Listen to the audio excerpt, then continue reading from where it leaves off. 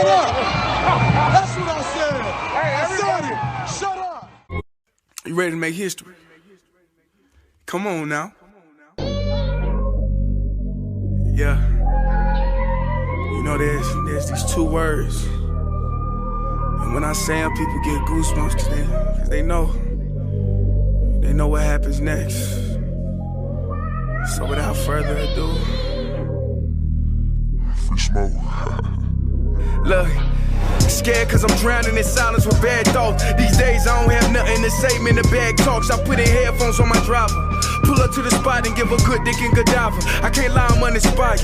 No more pillow talking about nonsense. I only stick around to put some band-aids on my conscience. Every so once in a while, you gotta remind yourself. You gotta remind yourself. You got phone. I feel like I was just on this bitch yesterday talking about, you know, if I was Brooklyn, I would get ready to trade both of them, blah, blah, blah, and a whole bunch of different type of shit. And it's so funny how, you know, I actually was talking about that shit yesterday, but it's so funny how now, today, I don't remember the day's date, but whatever the day's date is, I think it's the 30th, because Kyle Schwarber been going stupid in the month of June. Baseball player for the Phillies. BH. But, Kevin Durant. This gonna be a big Kevin Durant show tonight. Kevin Durant requested a trade from the Brooklyn Nets a day or a couple days after Kyrie Irving opted into his contract. I guess we'll go over a bunch of the different reports and shit like that. But just, you know, my thoughts and breakdown and whatnot on Kevin Durant. And I'm pretty sure we're gonna talk about a lot of other shit in the show tonight. I'm pretty sure we will. Oh, just a news flash though. Just a quick little thing. We are gonna have a Wrestling with Saint Sunday. I can't wait till I can go live after these things and know that I'm gonna have a bunch of people watching when I go live after these shows. But I wanted to go up the night of the pay-per-view. After it's over, we'll probably go up the next day. So look out for that. Oh, and also, so the show that I did last night, I'm gonna upload it after I upload this one, because I plan on recording this episode, uploading it, and then I'll just get to the one that I did yesterday. Because if I release the one, like, I get into this thing where, because I work so much, and a mixture of being lazy, I'm trying to fight both of them. Because of that, I release episodes a little bit late, and I'm trying to release episodes and have them so they're not dated and shit like that. But, you know, this is what you have to deal with when you're not big time, when you're not on, when you don't have a following and things like that. You just gotta grow and hope that when you get big, people will go back and look at these videos, and then they'll bring up some shit that you said a couple years ago, and, you know, you'll have to discuss it. So either way, the episode that I did last night, I'll end up releasing it after I release this one. So it probably won't make sense, because I was talking about the Kyrie, and I mean, Kevin Durant didn't request a trade when I did that episode. So when I release it afterwards, you might have motherfuckers like, whoa, what are you talking about? KD requested a trade. Yeah, I understand that. And the reason this one will go up first is because I'm discussing that now, so you'll know that. Now, if you don't watch that, if you watch that episode before you watch this one, then I mean, fuck, man.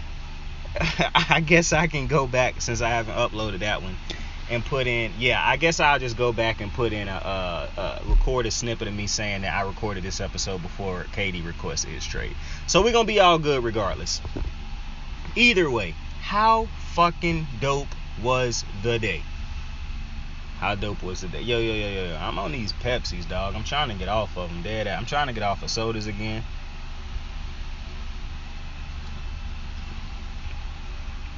Cause I'm about to go full workout mode now. Like, it's around that time where I start to get back in shape. And, you know, I'm getting older now. I'm not old, but, you know what I'm saying, I'm getting older. So, you know, I don't know how long I can still be doing this get out of shape, get in shape, get out of shape, get in shape, get out of shape, get in shape. You know what I'm saying? I don't know how long I can do that, because, you know, the more and more, the older I get, the less and less I want to go into the gym and be there for a long time. But this time around, I'm finna go crazy. I'm going crazy in the gym this time around. I'm going crazy with the workouts. So that this time when I get out of shape, because I can really get my ass out of shape if I just get tired of, because I'm one of them motherfuckers who ain't finna control what I eat.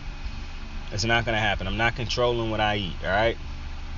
Now, granted, I've never been like a big boned individual, you know what I'm saying, a heavy set individual, so I've never had to really worry about that. But I done been skinny fat before.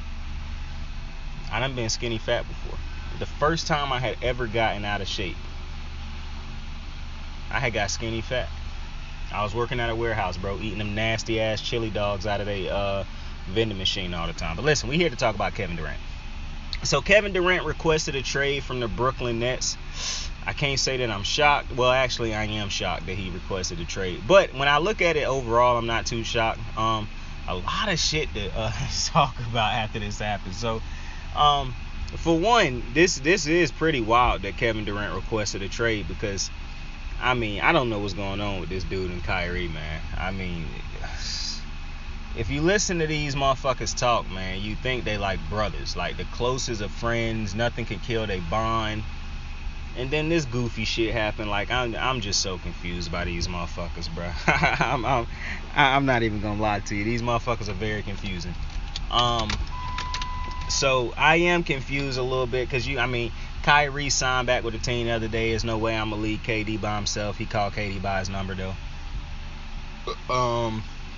You know, you listen to how Kevin Durant defend Kyrie all the time, and you listen to how Kyrie, when they first teamed up, he was like, I'm here to protect Kevin Durant and blah, blah, blah, and all this other shit.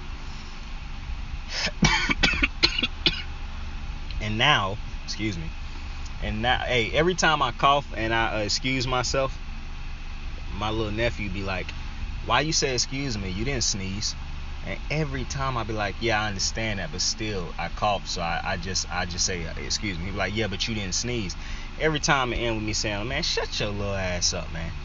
Every fucking time, man. Motherfucker can't say his whole, can't count to 100 probably, but he can fucking have all type of arguments with me over the littlest shit, man. I'm trying to tell you, man. I love the little motherfucker though. But so this Kevin Durant Kyrie dynamic thing is pretty weird to me, just based off all that shit they say. Like, I was looking at Kevin Durant when he was talking about he feel like it's a coach's job to set the tone and all this other shit. And I'm like, bro, you the same dude who was talking with Kyrie a couple months ago or a year ago or so, talking about you didn't really think y'all needed a head coach, like, and all this other goofy shit. Now you think head coaches are valuable? Like, I truly believe after this situation, this could have been a situation where, kind of like the Paul George Russell Westbrook situation, where Paul George kind of let Russell Westbrook's personality rub off on him, and it became a point where Paul George got so far away from just hooping, where he had to worry about so much shit outside of hooping that he wasn't accustomed to, because he took on that Russell Westbrook personality and shit, and he became confrontational with the media, confrontational with fans, confrontational with every other player he played against. Like, because he had to play with so much hostility and so much noise with the pandemic P and all this other type of shit, because people was letting they disdain for Russ creep off onto him just because he was naturally defending Russ and shit, being Russ's teammate. I kind of feel like that's kind of what happened in this situation with Kevin Durant, how he let Kyrie's personality and what Kyrie was doing kind of rub off on him, and it took him so... KD done spoke on just wanting to hoop. Like, KD done spoke multiple times about he don't want to be the leader, he don't want to do all that, he just want to hoop. That's all Kevin Durant want to do. But in this situation, he done got so far away from just being able to hoop. He got to worry about Harden. He got to worry about Kyrie. He got to worry about Ben Simmons. He got to worry about Steve Nash being a good enough coach. He got to worry about so many other things. The noise about why Kyrie won't play. Oh, James Harden want to be traded. Oh, now you got Ben Simmons and he play. Oh, he not going to play. Will he play? Oh, well, he won't play. Then you get swept in the playoffs. And you're the only team that got swept in the playoffs. Not to mention, like I said a couple weeks ago, it's only human nature that Kevin Durant, I'm not saying he jealous of Golden State or nothing like that, but when you leave that team and they win a championship without you, you feel some type of way when you just got swept by the same team that they just beat to win a championship over.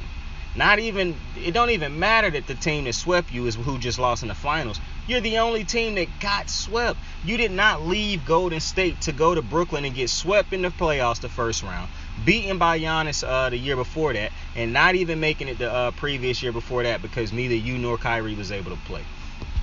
That's not what you signed up for, but in a way, because I spoke on this on the previous episode, you kind of did because you knew what Kyrie was. You might not have wanted to accept it because that was your boy. You might not have wanted to actually say that was how he was, or you know what I'm saying, but Kyrie has shown the same things Kyrie did in Brooklyn he had did previously in other locations. And the fact of the matter is, you decided to leave Steph Curry and that organization in order to play with somebody like Kyrie. And I understand Kyrie is a great talent, but if we really go into Kyrie, the statistics and all that type of stuff, Kyrie is just a great player at the end of the day. He's not a championship player. He's not a championship level player, but he lucked up when LeBron went back to Cleveland. And then Kyrie didn't even want to play with the motherfucker after he got the one ring. Kyrie's type mentality, and along with Kyrie saying, basketball is like a 24/7 job to me. I look at that the same way. He look at his job playing basketball the same way I look at my jackass jobs, that it's actually jobs. And I'm not one of those people who go at basketball players or athletes because they get to play a kid's game. I am never going to go at them for that. But Kyrie, I promise you, my guy, while being a professional athlete is not easy, it's nowhere near. I'm telling you, it's nowhere near. Especially nowhere near as rewarding or enjoyable as these other jobs that we normal people have to work, big dog. I promise you. I promise you. But basketball is no longer the most important thing to Kyrie. He done made that very clear in the past. So when you somebody like Kevin Durant, and I spoke on this on the previous episode, and you're all about hooping, that's all you want to do is hoop, compete for championships. It's hard to do that when you also don't want to be the leader. You don't want to take on those responsibilities as a leader, and your teammate is Kyrie. That's tough. That's very tough. That's when you get James Harden quitting on you because he can't deal with Kyrie. Kyrie eventually contemplating quitting on you because Kyrie is Kyrie. Like, listen, I done said it before. I'm cool with Kyrie not thinking basketball is the most important thing in his life, or it not being the most important thing in his life. I'm even all right with him looking at it as a 24/7 job. That is Kyrie's right. That is his perspective on the situation. But when you decide to team up with a player like that, and you are basically the complete opposite, this ain't marriage, my guy. You know what I'm saying? This ain't the two opposites attract. You trying to compete for a championship. Everything need to be on the same page. Everybody got to be on the same page, working towards the same goals. Kyrie's goals clearly were not as aligned as yours were. And even though he might have wanted to win a championship, he didn't want to win a championship at the same cost you wanted to win a championship. And because you was willing to align yourself with Kyrie and all this nonsense in Brooklyn, it has had so many people talking about your legacy and whatnot, because they look at the dude you left in Steph Curry and they say, this man just went through 2 bad seasons with this team, did not request a trade. He continued to build with this team and trusting himself and what he could do with this team and everybody around him, and they are champions again. And then they look over at you and they like, man, he keep getting bounced from the playoffs. He just got swept in the playoffs. It's a circus going on with Kyrie. Kevin Durant had to come to the realization, this is not how I want my career to end. This is not how I want my legacy to be remembered. Arguing with motherfuckers on Twitter all the time about legacies and all this type of shit. Going back and forth with analysts. And listen, I have no problem with Kevin Durant going at these dumbass analysts who say goofy shit and stuff like that. But I knew it was something when Kevin Durant started to go at Draymond about double teams and shit like this. Draymond never at one point in time took a shot at Kevin Durant or tried to diminish Kevin Durant's greatness. But Kevin Durant kind of kept taking it as if Draymond was kind of trying to discredit his legacy like some of these other people are. And so once all the noise started to sound the same to Kevin Durant, that became a problem, because now you're dealing with that. Now you're dealing with the Kyrie situation. Now you're dealing with the Ben Simmons situation and the James Harden situation before that. Now you're dealing with these Brooklyn fans chanting MVP for other players on your court. Now you're dealing with all the things that you have to deal with personally and internally, just as a human being and as a hooper yourself. And you got to try to find a way to win a championship and compete against teams that don't have all that shit going on. So ultimately, I do understand why Kevin Durant chose to finally request a trade and say, yo, I can't do this shit no more. Like, I love Kyrie, that's my guy, but I am trying to compete for championships, and if I truly want to just hoop and I don't want to be the leader, then I can't do it here in Brooklyn, because this is not a situation. This situation basically became above KD, and I'm not mad at him for that, but it kind of do reaffirm what I've always thought about Kevin Durant. Kevin Durant's a phenomenal fucking player, scorer, but he has not shown that he can lead a championship team or be the leader of and lead a team to a championship. He did it in OKC. He's never done it since. He led a team there one time. He's never led a team back. He's never been the driving force since. They have to eat it, Kevin Durant, at this point, especially when you finally have to realize, yeah, Curry, we did win 2 with Curry, but yeah, he won 1 before me, and if it was any doubt about it, he just won another one of them motherfuckers without me. So, again, if you're Kevin Durant, and deep down you know you are too good that's why you go to Golden State in the first place, because you worried about your legacy. Kevin Durant can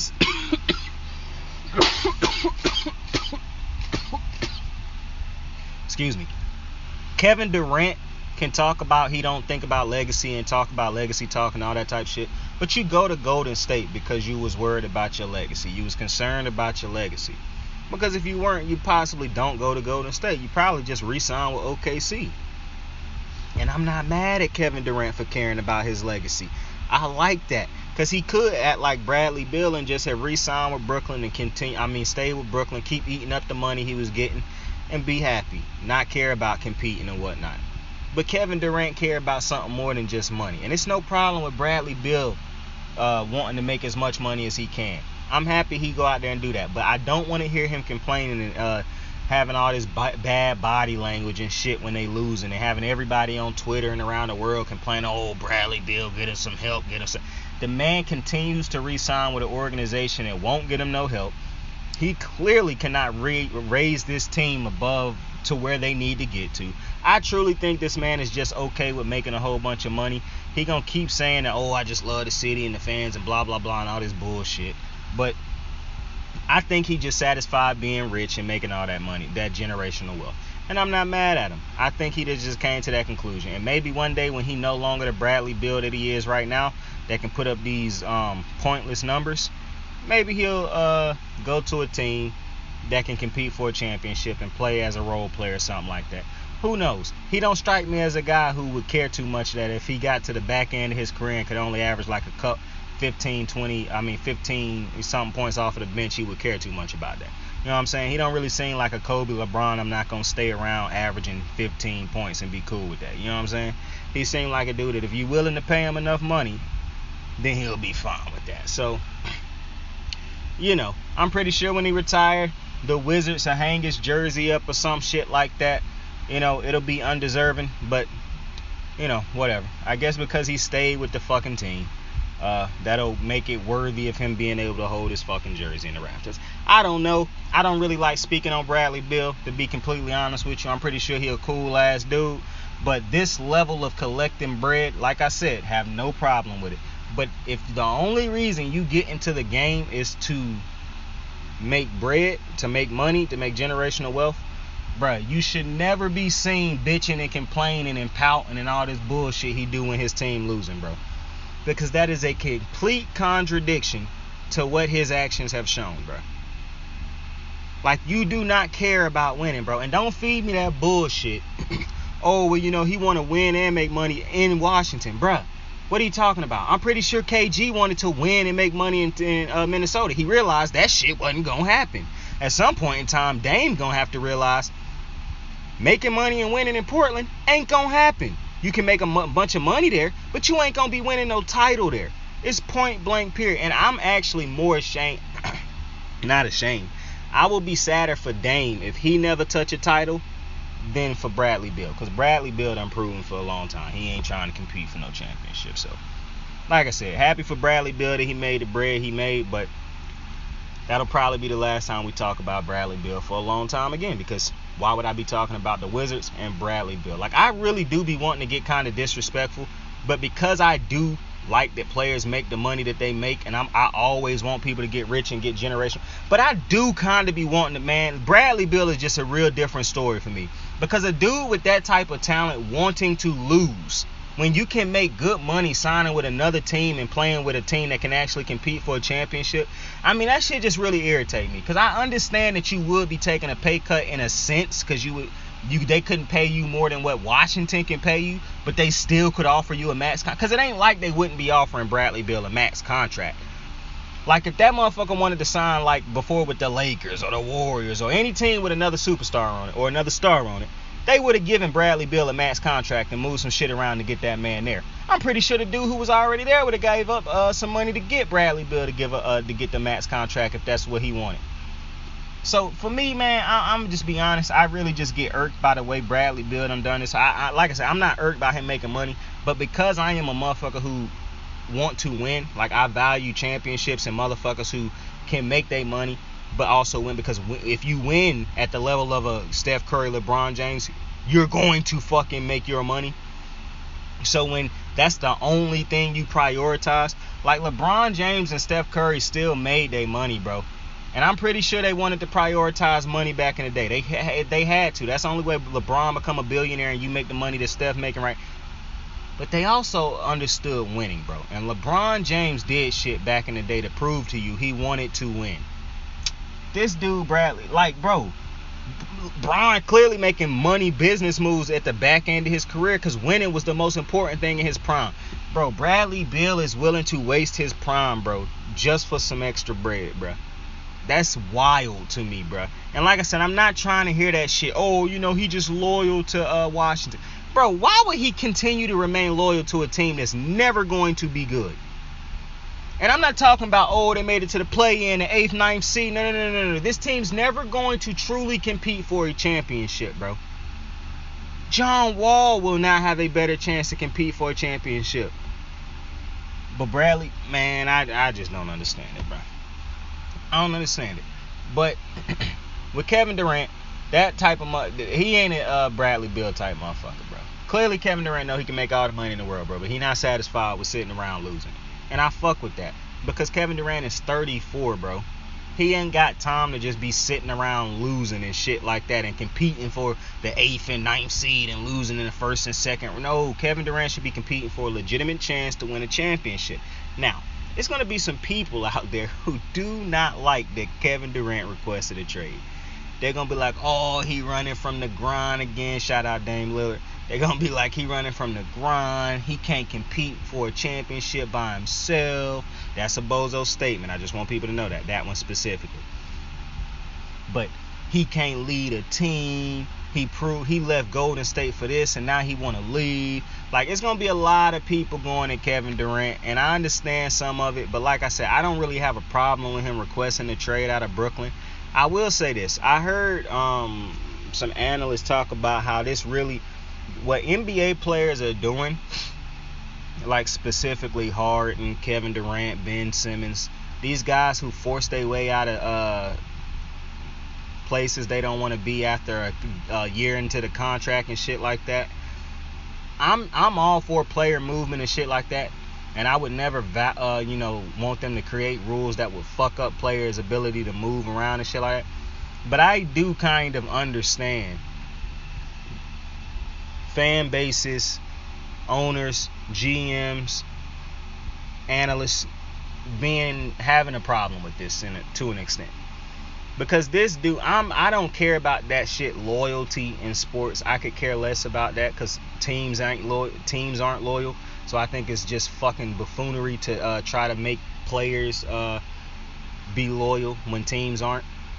However, at a certain point, I do understand the bothering of Kevin Durant got 4 years left on his contract. The going got tough, he got the going. Like, so I can understand people being mad about that, because Steph Curry could have requested a trade 2 years ago. He didn't. Everybody was saying, okay, Steph Curry, they're going to waste your prime, blah, blah, blah. And literally a year later, he won a championship. So I get people who, that's the gripe with some people. I get that. I do. he can't lead a team and blah blah blah. I get that too. He haven't proven that he can lead a team to a championship and win it. So I understand that. Now, talking about some of the places that Kevin Durant could be traded to, just off of some of the places I done heard. First off, like I heard that he wanted to get traded to Phoenix, and I've been seeing a lot of Miami thrown out there. So I guess we can just talk about those two first. I don't understand the Phoenix one after I saw a report later on where it was like Phoenix is not trading Devin Booker, but Devin Booker is exactly who the Brooklyn Nets want in exchange for Kevin Durant, along with a couple other players like Cam Johnson and a whole bunch of other players. And then I saw a report that said Brooklyn has no interest in DeAndre Ayton. So I'm like, wait a minute. This is goofy, because Kevin Durant does not want to go to Phoenix if you're trading away Devin Booker. He wants to play with Devin Booker, not play with Chris Paul. And I love Chris Paul, but Kevin Durant not going over there to play with a 40-year-old Chris Paul, bro. Or however old. Like, that's not what his goal is. His goal is to go over there and play with Devin Booker and Chris Paul. If you trade away Devin Booker, which I don't think Phoenix is going to do, then this trade would make no sense to me. No sense. So I don't understand why Brooklyn is trying to get Devin Booker in return. I thought they would be trying to get a sign and trade for DeAndre Ayton, and then try to scavenge all the role players from Phoenix. But saying that they want Devin Booker, that's pretty nuts, because Devin Booker is still in his 20s. Kevin Durant is 34.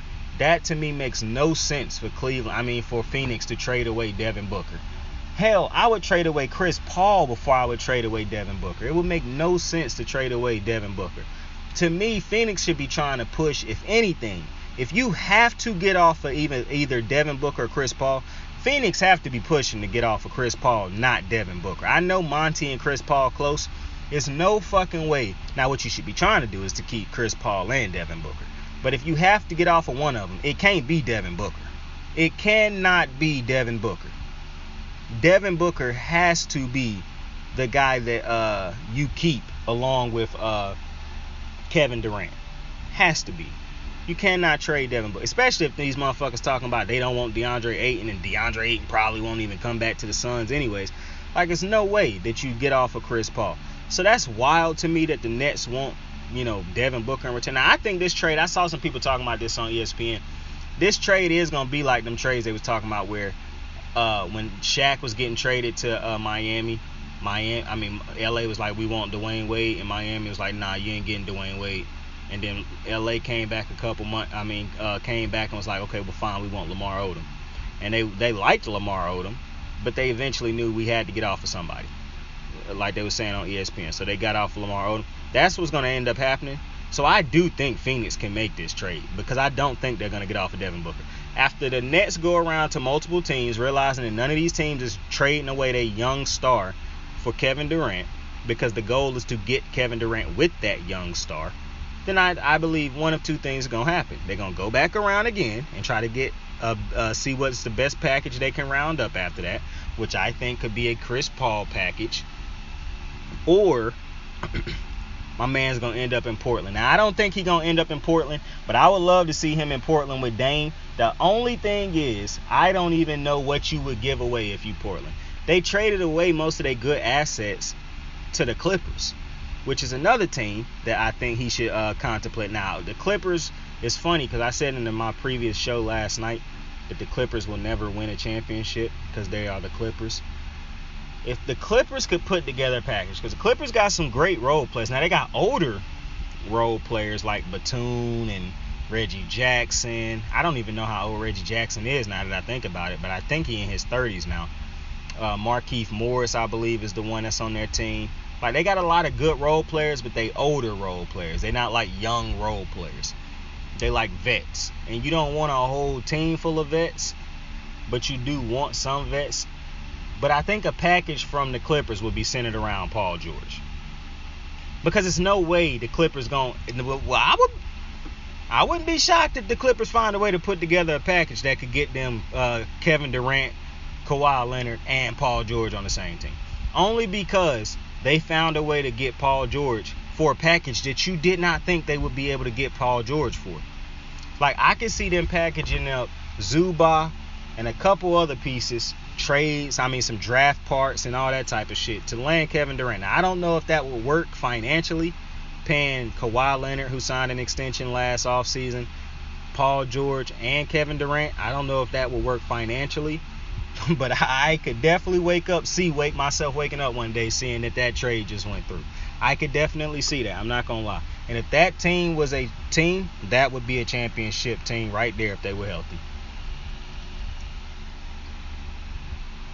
However, if we're being honest, nobody would probably validate. Like, Kevin Durant thought he caught hell for the championships he won in Golden State, which I don't hold against him. My boy, they gonna slaughter you if you do that shit with the Clippers and you win a champ. Now, I think that shit personally would be fun to watch, except for the fact that it's the Clippers. But that would definitely be fun to watch. I'm not gonna lie. Nobody's stopping that team. The only thing that's stopping that team actually is injuries. That's it.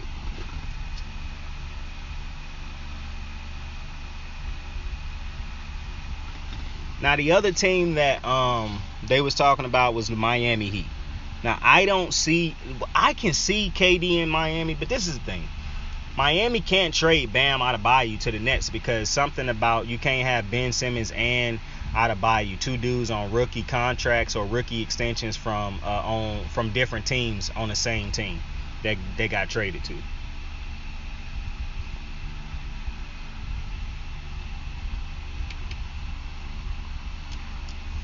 Wait a minute, that might have been confusing. Hold up, let me take a hit first. Let me take a pull on my blunt. I don't want nobody thinking I'm doing nothing crazy.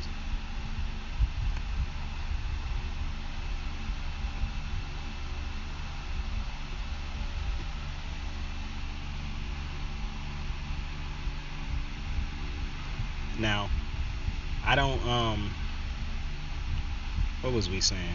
Miami. So, Brooklyn traded for Ben Simmons, who was on a rookie extension, I guess, from the Philadelphia 76ers. So, they can't trade for Bam Adebayo because he is also on a rookie extension from Miami. And you can't have two players that got rookie extensions from a different team on your team, is the rule, I guess. I hope I explained that right. But so Miami can't trade Bam Adebayo. I don't think KD would want them to trade Bam either, because I done heard KD talk real highly of Bam Adebayo. So I think he would want to play with Bam, and I think that would be a great person to play with Bam, to get Bam to learn how to... Bro, Bam should be able to do more offensively than what he did in the Celtics series. KD is a guy who could probably get that out of him. But I don't know what you would trade if you Miami. Like, I wouldn't want Tyler Hero for no fucking Kevin Durant. Now, obviously, you're not going to get the value of a Kevin Durant more than likely.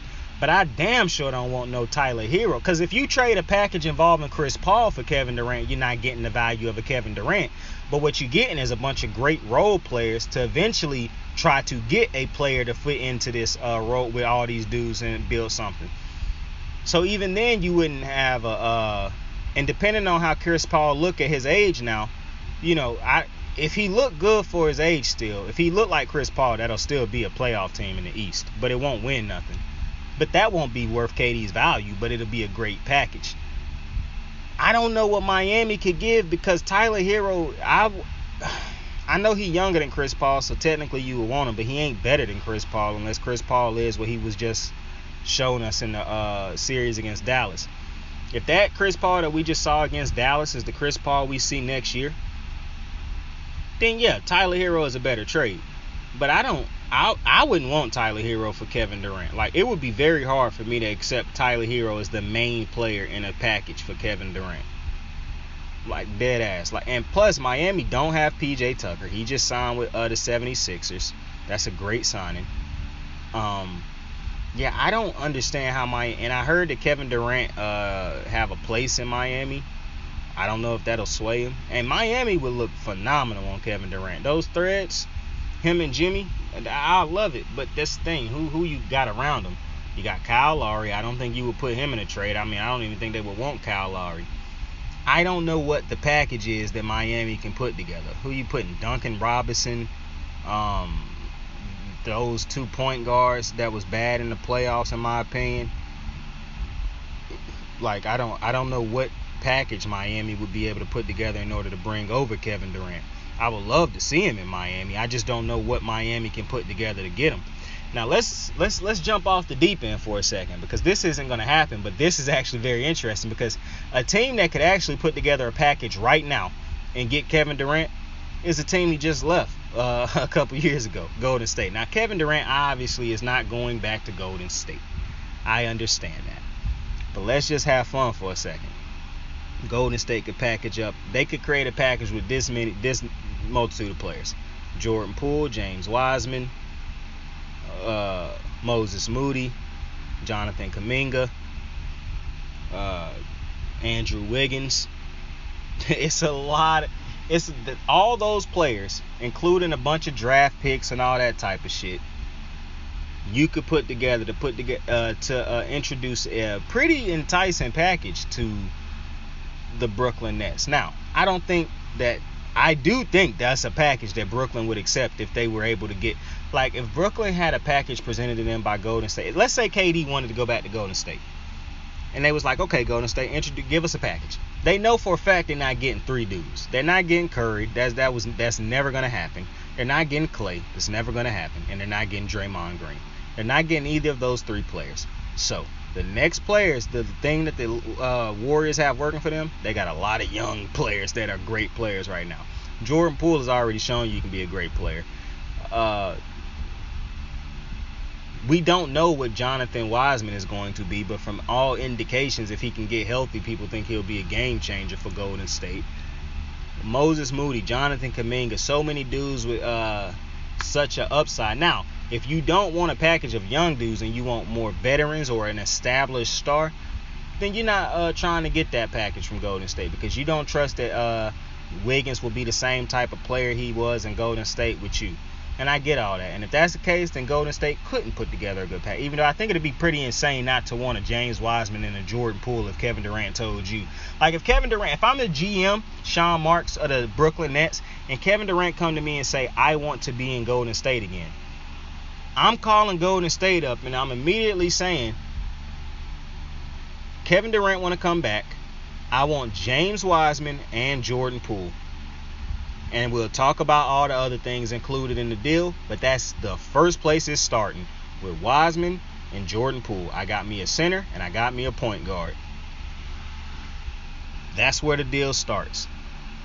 If they don't want to trade away both of those 2 players, you hang up. Because those are the 2 players. Mind you, I don't think Golden State would hear that and be like, oh yeah, we can't do that. Nah, I think they would do it. But then again, who knows? Because there's a lot of Golden State fans out there who don't want Kevin Durant back. Now, because I'm not one of them type motherfuckers who, Golden State fans just weird, man. They hold it against Kevin Durant for leaving. I don't. I just don't care enough. Especially since I always knew Curry was going to win again. I never looked at KD as something Curry needed. I just looked at it as a great time for basketball to have 2 legends like that on the same team.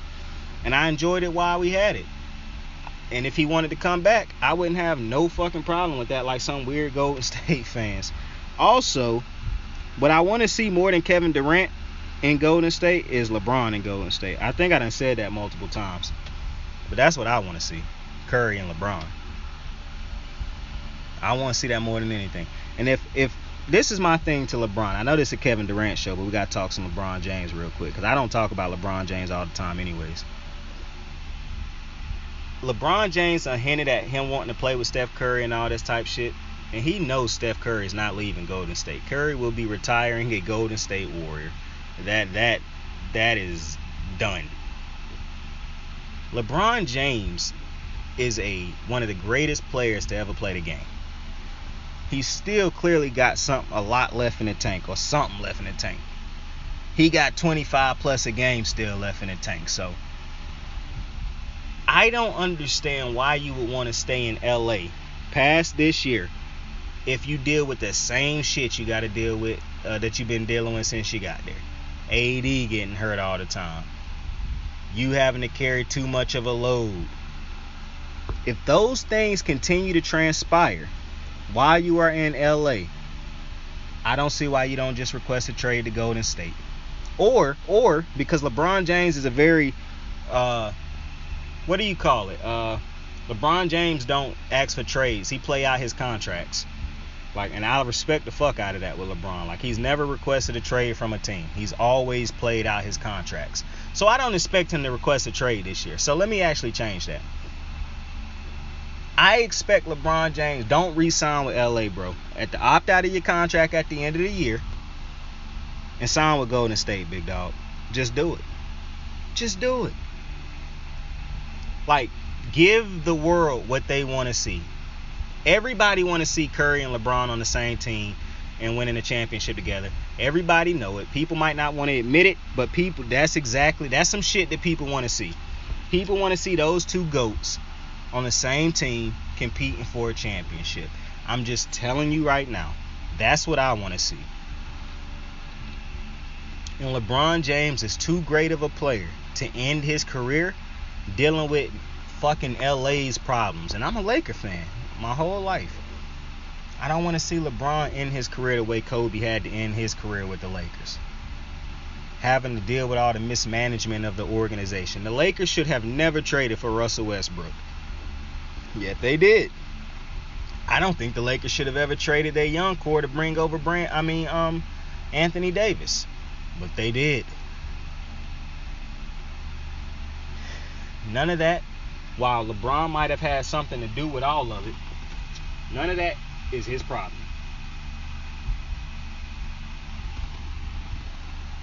He should leave at the end of the year.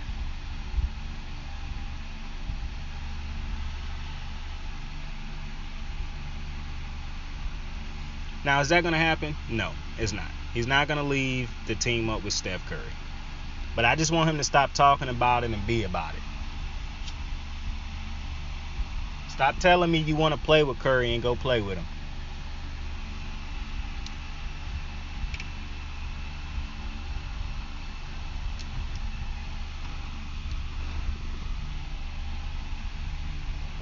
That's all I'm saying. But getting back to Kevin Durant. Now, what's next for Kyrie? Because it's reports now that Kyrie trying to force his way out of Brooklyn and get to the Lakers via trade. Or I even saw somebody, one of the reports say that Kyrie was willing to play throughout this whole year with Brooklyn just to get to LA next year. That's pretty crazy to want to waste another year of your career. Because I really think that's ultimately what these last 3 years were for KD, Kyrie. A waste of their I don't know if it was a waste of Kyrie's time, but it was definitely a waste of Kevin Durant's time. And so, listen, Kyrie a great player, man. I don't know if I really care to see him and LeBron team up again, to be honest with you. I'm one of them people who really, I'm just analyzing what I see, bruh. And what I done seen over the last couple years, as great a scorer as Kyrie is, Kyrie just not motivated to win. And I don't understand how LeBron James wouldn't have seen that over the last couple years. Now, LeBron James could just be wanting somebody better than Russell Westbrook. Somebody who can shoot, and that's score. Another score. Because that's really all Kyrie bring you, is another score. So maybe that's just what LeBron wants. But outside of that, I mean, Kyrie done pretty much shown LeBron firsthand that he didn't care to sacrifice to win a championship and do what it take to win a championship. Because the man left you in Cleveland. He wanted to leave, get out, ask for a trade while he was in Cleveland with you competing for championships. He clearly showed you he didn't care about sacrificing and doing what it took to win a championship. At least not while you was the leader of the team. Why would you want to put yourself through that again? Because now he done said he learned from those mistakes and whatnot. You can't tell by what had just went down in Brooklyn. And I love Kyrie, but just going off of what you just saw in Brooklyn these last couple years, how can you as LeBron James once again make a trade for a player that is clearly not as committed to winning as you? Russell Westbrook is a great player. Clearly was not willing to do the things that he needed to make himself a championship type of player. Anthony Davis, after winning that one championship that everybody call a Mickey Mouse championship, pandemic championship, blah, blah, blah. Outside of that, which he got time off because he was hurt, but he got time off because of the break from the pandemic. Outside of that year, Anthony Davis has not been for the Lakers what the Lakers thought they was going to get when they traded for him. He has not taken over and been that guy for this team. Even when they won a championship, LeBron James was the full-time leader for that team. He was the dude who had to do the heavy lifting. Anthony Davis has yet to get to that point. After how many years in the NBA at this point, he still haven't developed into a dude who can be the leader of a championship team, can lead a team to a championship. And I done told you, Anthony Davis don't make the players around him better. He don't make the game no easier for nobody around him. He can say, players who like him can say he do, but he don't. When he on fire, you can't say he made the game easier, because if he on fire, he ain't passing it. He trying to score, and if he absolutely can't, yeah, he'll kick it to somebody who might be open. But when you say he make the game easier for everybody else, that's Steph Curry. That's LeBron James. That ain't no Anthony Davis. That's Kevin Durant. That ain't no Anthony Davis. I don't even think Kawhi make the game easier for everybody else. Now, Kawhi is far and away a better player than Anthony Davis, but I don't think Kawhi make the game no easier for everybody else. Kawhi make the game easier for him, and you got to get players that make the game easier for Kawhi. But nah, I don't think the game, you have Kawhi on your team. Obviously, having a great player make it easier in the sense that it's easier to win with a great player. But I'm talking about other people getting their numbers. Luka's a great player. He don't make the game no easier for Jalen Brunson. That's why he's leaving and headed to the Knicks. Now, the weird thing about that Knicks thing is, I don't know why that's what you was trying to, like, why are you hell-bent on giving Jalen Brunson that type of money? Now, I'm happy that Jalen Brunson got that type of money. Like I said, I want everybody to get rich. I want everybody to make as much money as humanly possible. But I don't understand, if you the Knicks, like, what was the purpose of signing Jalen Brunson to that type of money? Like, what is the Knicks' plan? I guess that's my question. Now, if Jalen Brunson end up being a 20-plus point per game guy for them, then hey, cool. But Jalen Brunson ain't even a top 20, 40 player right now. And you just gave $100+ million. Hey, I hope it all work out. I'm happy Jalen Brunson got that bag. So, but if you LeBron James, back to his decision making. Your decision making have to come into question if you're dealing with these AD problems, knowing that you traded for a dude that's always hurt. He is an injury prone player. His career showed that. You traded for Russell Westbrook, who clearly is not a championship type of player, who is not willing to sacrifice certain parts of his game in order to compete for a championship. You still traded for him, or tried to get wanted him in a trade. And now you're going to turn around after seeing all this with Kyrie these next couple years and just say to yourself, oh, well, you know what, Kyrie can play, give us a lot of points. LeBron, you're acting like a fan. There's no way you turn around. And I'm seeing these reports that saying that the Lakers, you know, their number one priority is trading for Kyrie. I don't understand. Like, Kyrie at this point, Kyrie on name alone is what's getting the Lakers to want to. Like, the Lakers are so desperate that just off a name alone, they are ignoring everything that has happened the last couple of years, like they did with AD, like they did with Russell Westbrook, and now they are doing the same exact thing for Kyrie Irving. There is a reason Kevin Durant is requesting a trade. There was a reason. Now, you can say all you want to, Harden do quit, and he have quit on the last couple teams, but there was a reason he decided to quit on this team again and quit on this team this time and request a trade again. So, I don't understand LeBron James wanting Kyrie or the Lakers wanting Kyrie. It's much, and now it's not like this report, but I was going to say it's much like this report I saw the other day when it was like the Lakers are trying to acquire Blake Griffin. What? Why in the fuck would there be a report of the Lakers wanting to acquire Blake Griffin? For one, why would anybody be wanting to acquire Blake Griffin? On top of that, why would you be wanting to acquire Blake Griffin this early in free agency? What has Blake Griffin shown you over the last 2 years that would say to you, I gotta get Blake Griffin before anybody else get him? What? Like, I'm not saying Blake Griffin don't deserve to sign somewhere and make some money, but he a top priority when free agency hit? You can't be serious.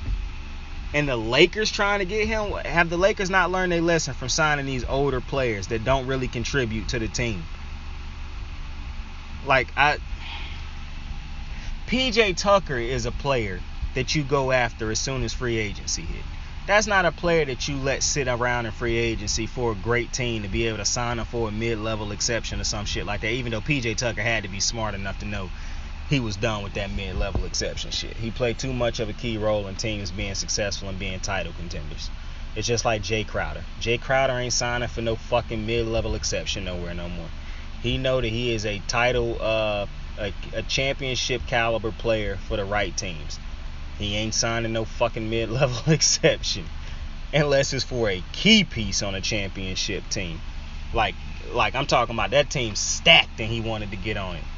Other than that, that man's going to make his bread. Now, outside of that Lakers report wanting to Kyrie, and like I said, I'm not understanding why that would be a thing, where else could Kyrie go to?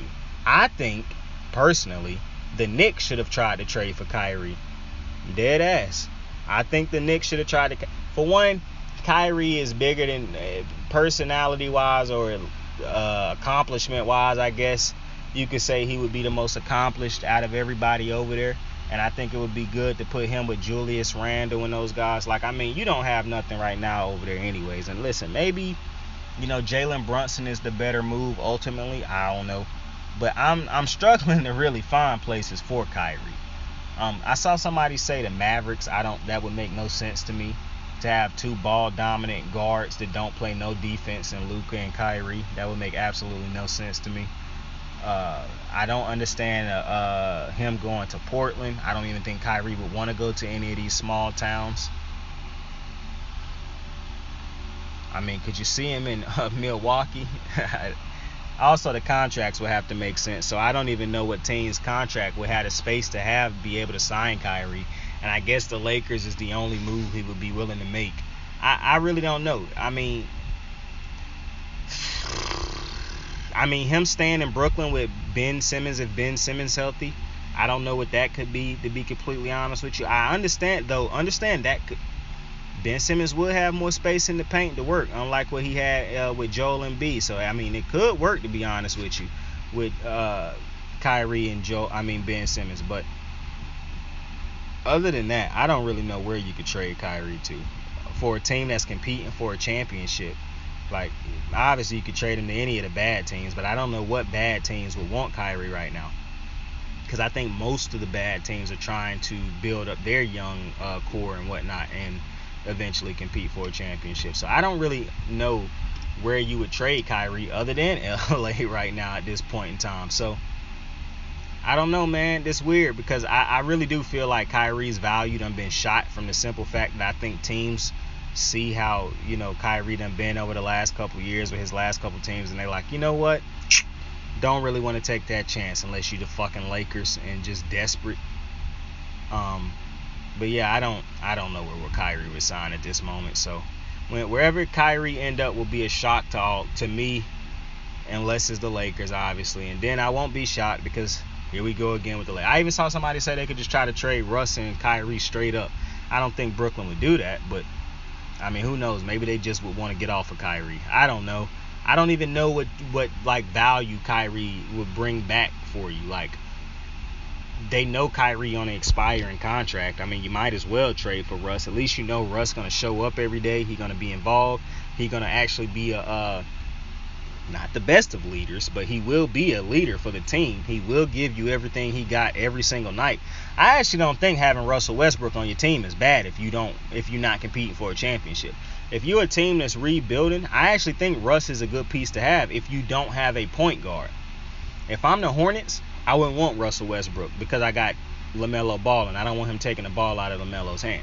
Now, a good team would be able to have him and LaMelo work together. That's why I never really thought that was completely a bad idea. But if you don't have the right head coach and system in place, then it would be a bad idea because you wouldn't know how to manage both of those dudes on the court at the same time. If you are the Brooklyn Nets, man, you get some young dudes over there who can shoot the ball and shit, and you get Russell Westbrook running the show, that's a playoff team, believe it or not. Like, I think Russell Westbrook, if you give him the pieces around him, I don't think he'll get you to a championship or no shit like that. But I definitely think Russell Westbrook could get a team in the East to the playoffs, an 8th, 9th, or a 7th seed, or definitely in the play-in. You get Russell Westbrook and some shooters over there, because I think Russ was affected by that noise in LA and LeBron James being the more ball-dominant guy. And then you got to deal with the injuries of LeBron and AD not playing on certain nights. And I understand people like, well, now Westbrook, this is his time to take over. Well, this is not a team built around Westbrook, for one. This is a dude who has not been allowed to do what he normally does all season, really. I can't blame Russell Westbrook for his struggles this year. I think Russell Westbrook could get back to being a triple-double machine, though, if he was a net, because he would be the main focus of it. Now, the problem would be, I keep forgetting that Ben Simmons is a net also. So I could understand them not wanting a Ben Simmons and a Russell Westbrook running the show, two dudes who can't shoot, and one of them won't even attempt to shoot most of the time. I do understand that. But I mean, Russell Westbrook on an expiring contract. I just think Russell Westbrook is a far better player right now than Kyrie, for the simple fact Russell Westbrook might not be the scorer that Kyrie is, but Russell Westbrook is going to, and Westbrook is a little defensively challenged here and there. Not defensively challenged, it's just if he's going to make an effort on defense sometimes. Kyrie just don't play defense most of the time. However, Russell Westbrook, I know, is going to show up all 82 games of the season. If he not hurt, he going to be in uniform playing. If he can play, if he don't have some type of family, like an urgent emergency, Russell Westbrook's going to show up and try to give you your money's worth every single night. Russell Westbrook is very reliable in that sense. So I actually don't think, money aside, it would be a big catastrophic trade, a bad trade, to trade Russell for Kyrie straight up. Because while people think that they want people don't want Westbrook because he can't shoot. People think you bring in Kyrie, he done played with LeBron before, he can shoot, blah, blah, blah. But if Kyrie come and give you the same issues that he gave you back when he was in Brooklyn and with the Celtics, then you have a problem. Because now you trade away somebody who was reliable for somebody who's not reliable. Not to mention, you should have never traded for Russ in the first place, so you can consider that a mistake. You trade one mistake for a whole new mistake that I actually think could be worse than this mistake that you traded for anyways, because the only reason trading for Russ was a mistake because he did not fit what you needed, not because of the type of player he is. Russell Westbrook, I guess you could say because of the type of player he is, he did not fit what you needed. Everything that happened on the court for Russ this year, I don't hold that against him, and I have no problem with that. People talking about, he can't shoot, blah, blah. Russell Westbrook ain't never been that type of shooter. So I get that, and I understand he had an off year as far as scoring in the paint and all these type. Shit happens, bruh. But Russ was never what the Lakers needed. So it's hard for me to look at the Lakers and say, this is Russell Westbrook's fault. No, it's not Russell Westbrook. Would I have liked him to play a little bit better? Sure. But I had no problem with how he played this season because this is exactly what I expected out of Russ. And it was something that I knew the Lakers did not need. The Lakers needed some youth, some defenders, some shooters, some legitimate knockdown shooters. They didn't need Russell Westbrook. But on top of the problem of thinking that Russell Westbrook the problem, the ultimate problem, not on top of the ultimate problem in my mind was the fact that Anthony Davis continues to not develop into that guy. And he's not going to develop to that guy because he's not that guy. And I'm not trying to be disrespectful, but it is what it is. He don't got that drive that Russell. See, the only thing Russell Westbrook lack, and I really don't. Russell Westbrook no longer is as talented as he was in his prime. But Russell Westbrook really never been the shooter. And I don't really think Russ done really had a championship level IQ.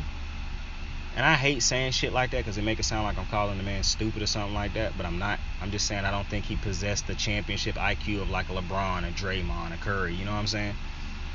So because of that, like if you gave Anthony Davis, if Westbrook had the ability of an Anthony Davis, Westbrook would have been a champion 5 times over probably because of that aggressiveness. It's like I say about Jason Tatum and Jaylen Brown. If Jaylen Brown had the talent that Jason Tatum have, Jaylen Brown would be a beast because of how aggressive he is. With that type of talent, if you gave Jaylen Brown's aggressiveness to Tatum, nobody would be able to stop Tatum. Because the fact that he got all that type of talent, he can score on all 4 levels or whatever, however many levels you want to say, and he can have that type of aggressive, he would be unstoppable. Because he doesn't, you get what you get now. And I think if you gave Russell Westbrook's aggressiveness to AD, the Lakers probably would have been a champion 2 times over right now. LeBron definitely wouldn't have to be working as hard as he done been working over these last couple years. So I actually don't think Russell Westbrook trading for Russ, depending on who you are, is a bad thing, to be completely honest with you. I honestly think LA's irritating ass LeBron fans, not the Laker fans. I think it's the irritating ass LeBron. Laker fans like myself, who are actually Laker fans, not LeBron stands, we was more disappointed because we missed the playoffs. We wasn't that section of fans that was down in Russell Westbrook and shit like that. We done seen players play bad and we loved them for it. Like we didn't care about that. I guarantee you, if it was no LeBron and no AD and Russell Westbrook was out there struggling like that, we still would have cheered him on and shit like that. Because Lakers don't do that to their own. I truly think that big portion of LeBron stands done become so overwhelmingly great in LA that, you know, Russell Westbrook had to deal with a lot of the LeBron stands this year. And so I really think if you get Russ out of, because everybody get rattled eventually. Even Draymond alluded to how he got rattled in the finals and how Kyrie took the attention off of him because of how rattled he actually got from the Boston fans chanting "fuck you, Draymond." I keep telling you how ignorant these jackass fans are around worldwide for all these teams. I'm telling you. But to me, like I said, I would love to have Russell Westbrook. If we didn't have LeBron James on the team, as a matter of fact, you keep AD. If we didn't have LeBron, I would take Russell Westbrook. I just didn't want Russ with LeBron because I know that Russ need the ball to be Russ. When you take that ball out of Russ' hand and try to get him to play off the ball, you completely take away what Russ can do, because Russ is not an off-the-ball type of player unless he's diving in to get a alley-oop or a rebound. Other than that, Russ is not an offensive off-the-ball type of player. So I knew that would be a problem because LeBron James is an off-the-ball player. And AD need people to set him up, and he need the ball to be effective. So when you have those three type of players on the same team, that shit was never going to work. You take LeBron off of the team and you just have Russ there, I'm telling you it would have been a completely different thing because Russ would have had the ball. I really think Russ is catching I didn't think this was going to be a defending Russell Westbrook episode, but it just is what it is. I think people just being way too, like I thought people was being way too hard on Jason Tatum, because if you really sat back and looked at what they needed in the finals, the only legitimate scorer on that team is Jason Tatum. Russell Westbrook is a better player than people have given him credit for. People not looking at the whole situation. I tell you right now, Russell Westbrook is a better point guard than Kyrie. But people would act like Kyrie is the better. Fuck point guard. Russell Westbrook is the better player all around. I don't care that Russell Westbrook don't have a championship. He is a better point guard than Kyrie Irving, which is why Russ was on the 75th anniversary team. People could talk about his scoring and all that. That's why I hate it when people do that shit with Draymond. Because Draymond Green should have been on the 75th anniversary team also, him and Clay. But Draymond, when you try to dumb down Draymond's game and bitch about scoring, that's when I start to have a problem. Because we already know that's not what Draymond do. So that's very irritating to me. And Russell Westbrook is so much more than just shooting three-pointers and, he can't shoot and shit like that. So I really do hate it when people start to shit on these players' careers and shit like that. Like all Russell Westbrook did in his career come down to this one season. Now people should I hate that. You can be critical without doing the shit that people been doing to this man. I really don't like that. Because if you really want to be honest, Russell Westbrook is a leader. It don't matter if you think he a great leader or not. He done led multiple teams that was under talented to not championships, to the playoffs. He done always had teams that he was a leader of competing for playoff spots. Like, you can say every year they was in the playoffs after Kevin Durant left OKC, he had their best season in Washington since those John Wall days was when Russ got there. I think somebody showed a stat the other day that said Russell Westbrook's one season in Washington was better than every season that John Wall had in Washington. I don't know if that was a true stat or not, but if it is, I mean, like, Russell Westbrook is catching fucking unnecessary strays. And me talking this shit out done made me realize how many unnecessary strays this motherfucker done caught. Like, I already knew he was getting unfairly criticized and shit, but now when I'm sitting down really breaking it down, tearing it apart, I'm like, well, fuck, he really getting unfairly criticized. Like, so I don't think Russ is the bad trade that Brooklyn might think he is. I don't think Russ is the bad trade that nobody might think. I actually think Russ could be great for a lot of different teams. You just have to have a coach that can get Russ under control. And Russ got to, and I agree, Russ got to learn to take some responsibility and things of that nature. But Russ is not wrong when he come at people for being disrespectful towards him, because Russ do catch a lot of disrespect. And people think just because this man have bad games to give them leeway to talk shit to this man and just straight up disrespect him, which I do not agree with at all. So that's just my thoughts on that whole Kyrie, Westbrook, Lakers trading and all this different type of shit and different type of trades at the Nets and all that type of shit. To close out the show, like we've done the last couple shows, we're going to talk about my guy Steph Curry. It's so very interesting. See, you have to appreciate somebody like Steph Curry. This is why I was talking about the other day that the NBA got to figure out something for how Golden State can draft these dudes and keep them. But then you see shit like this is going on right now, and this is what you was trying to fight against. But Golden State face the same type of penalties for whatever team is going to sign Kevin Durant, for whatever team is going to trade for Kyrie Irving, for the same penalty that the the 76ers would pay if James Harden went over. You see what I'm saying? So, to me, when you're looking at how Golden State been able to build this team, it all starts with Steph Curry. When you have a leader like a Steph Curry, and I like it when I do this, and I thought about this the other day. Steph Curry, LeBron James, to me, the two best leaders in this sport over the past whatever did throughout their generation. Two very different ways of leading. I don't have a problem with LeBron James' way of leading at all, but I do prefer Steph's. Look at how gracefully he is being able to age. Just because and obviously a lot of his leadership got to do with the way he can play on the floor too. But I said it a couple days ago or a couple weeks ago.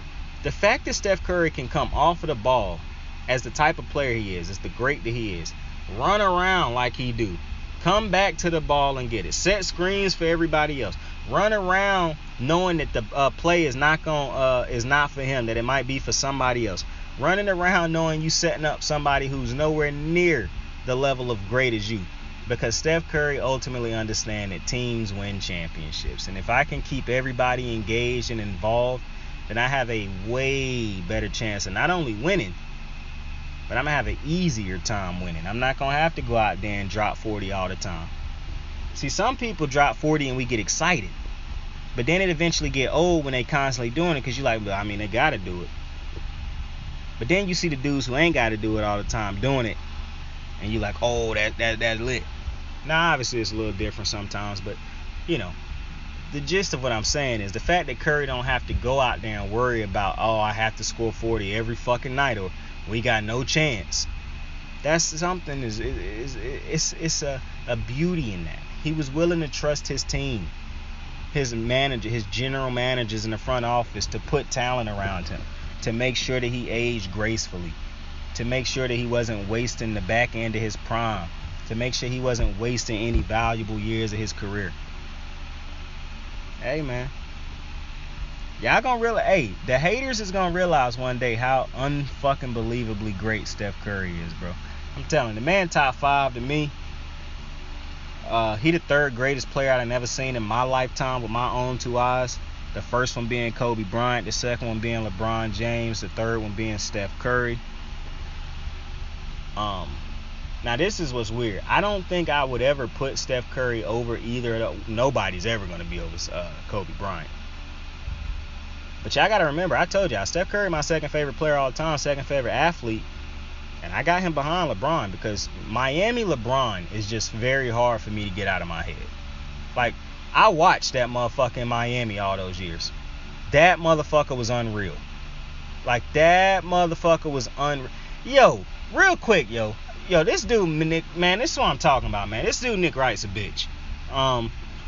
This motherfucker was talking the other day, and one of his things he was saying when he was talking, he was like, you know, it was like the time with LeBron James. We was expecting LeBron and Kobe in the finals, but Kobe couldn't get there. Bro, what are you talking about, bro? Kobe got to 3 finals in which LeBron James could not beat the Magic, the fucking Celtics twice to get there and face Kobe. What are you talking about? Kobe didn't get there. What? By the time LeBron was getting the finals, Kobe was in the back end of his prime, and the Lakers was starting to be a bad run organization. This dude's revisionist history. This is what I'm talking about, bruh. Instead of just analyzing what was happening at that time and being honest, this man decided to be a LeBron apologist, a LeBron stan, and rewrite history and say that, look, that Kobe was the reason they never faced off in the finals. Because Kobe couldn't get there. But in Kobe's prime, he was getting to the finals. As was LeBron later in his prime, but LeBron was the one who people was expecting to get there who didn't get there. Not Kobe. LeBron was supposed to beat that Magic team. People expected LeBron to beat that Celtic team. Like, bro, this dude Nick Wright, I cannot decide between if him, Skip, or Max, which one is worse. Like, it's some dudes that's so very clearly worse than them motherfuckers, but usually the dudes who's way worse than them motherfuckers is like on some coon type shit or some real like racist, ignorant type shit. So I'm not talking about those type people. But like the dudes who actually don't have like no racistness or coonism in them, who just actually fucking terrible at their jobs, bruh. Oh my God. Because you could never claim that Nick Wright, Skip Bayless, Max Kellerman are racist or coons or no shit like that. But they are fucking terrible at their jobs. And the fact that they get on TV saying this shit thinking that they preaching the fucking gospel, my God, bro. My fucking God. But with that, I appreciate you for joining me in another episode of Kicking It with Saint. We will definitely do an episode when Kevin Durant decide where the fuck he gonna play next. I appreciate y'all for joining me. Tell somebody you fuck with him. Tell somebody you love him. Saint out. I got the moves like hot sauce. Lil' mama taking the top off. I'm laying down getting topped off. After this, she know she getting knocked off. I know she loving the money, so I keep on thumbing and thumbing. She say she horny when she taking shots, so I keep them coming and coming. Now I'm putting dick in her tummy. Scoop her up like I'm raking or something. You would think shawty red track, the way that she running and running. You getting dumber and dumber. You out here chasing the bone. After she finished from giving me dome, the Uber is taking her home. Tight.